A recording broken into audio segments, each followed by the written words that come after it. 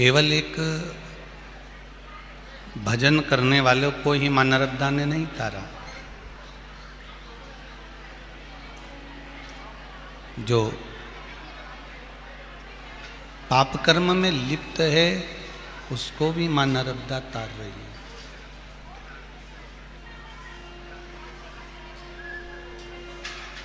क्योंकि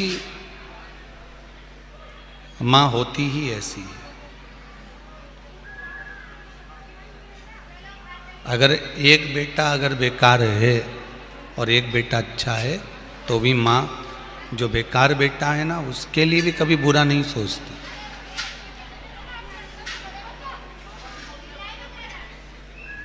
जो पुत्र अगर बेकार निकल भी गया, जो पुत्र अगर बेकार है भी, तो भी मां कभी उसके लिए बुरा नहीं सोचेगी।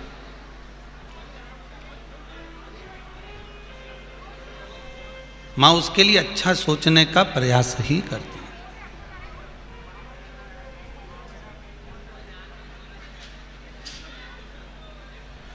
इसीलिए तो इसको मां नर्मदा कहा गया, मां गंगा कहा गया, पृथ्वी माता कहा गया, भारत माता कहा गया कि ये कभी किसी का बुरा सोचती भी नहीं है और ये कभी किसी का बुरा करती भी नहीं है।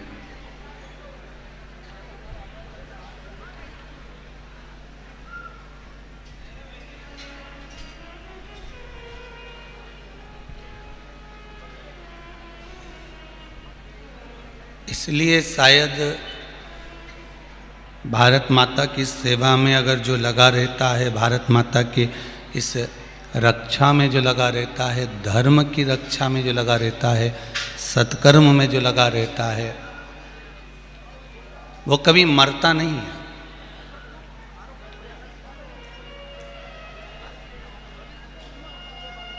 वो कभी मरा नहीं है।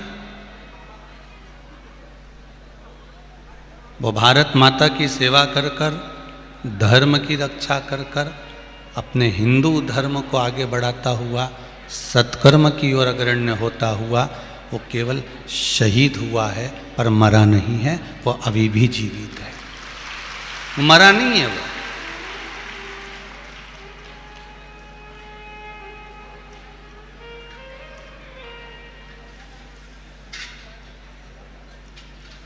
माता की गोद भले पुत्र उस गोद में बैठा ना बैठा, पर माता की गोद हमेशा गोद ही रहेगी। उसकी वात्सल्यता, उसकी करुणा करुणा ही रहेगी।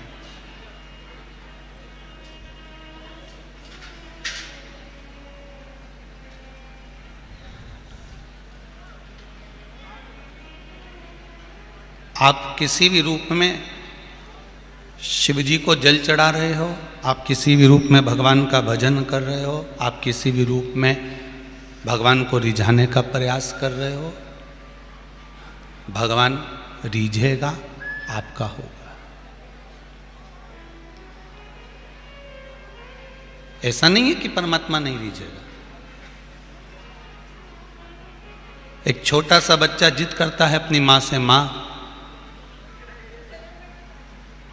पूरे मोहल्ले के बच्चे अच्छे अच्छे कपड़े पहन रहे हैं, साइकिल से दौड़ रहे हैं, साइकिल चला रहे हैं, उनके पास में अच्छे अच्छे कपड़े हैं, उनके पास में अच्छी साइकिल है, वो खूब अच्छी अच्छी मिठाई खाते हैं, खूब अच्छे अच्छा भोजन करते हैं, खूब अच्छा अच्छा पकवान एक से बढ़कर एक खाते हैं। माँ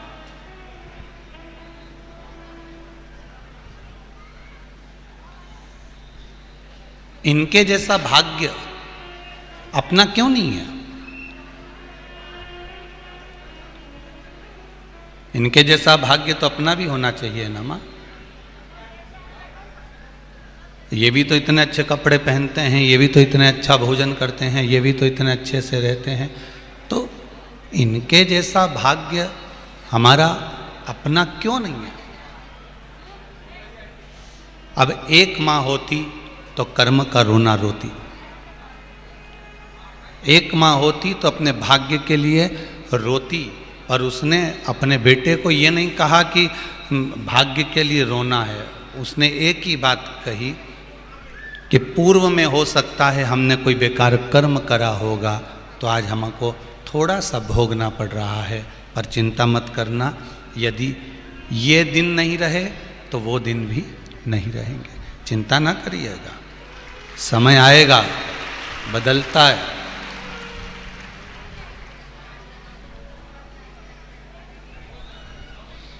इंदौर की कथा में एक बात हमने कही थी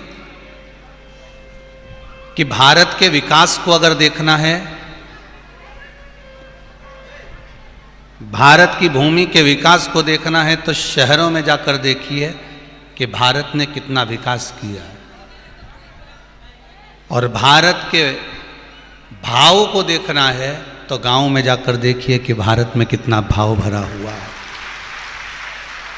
विकास शहरों में नजर आता है और भाव गांव में नजर आता है।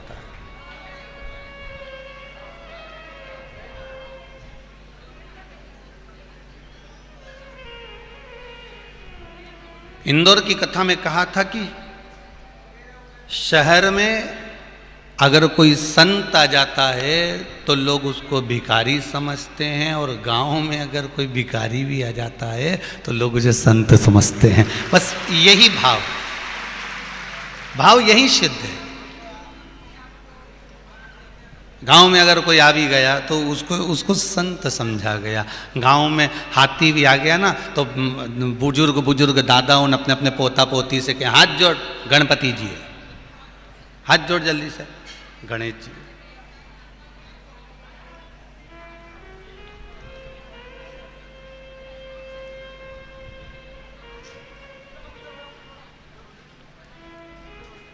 शुद्ध भाव में भगवान प्रकट हो जाता है। अब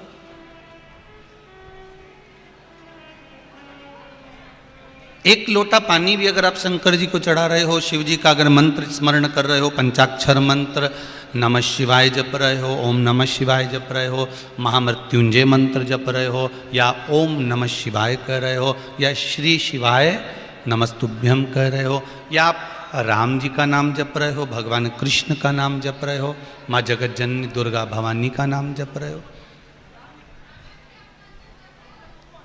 उस भजन के बल पर, आपके स्मरण के बल पर परमात्मा मिलता जरूर है, वो प्राप्त होता है।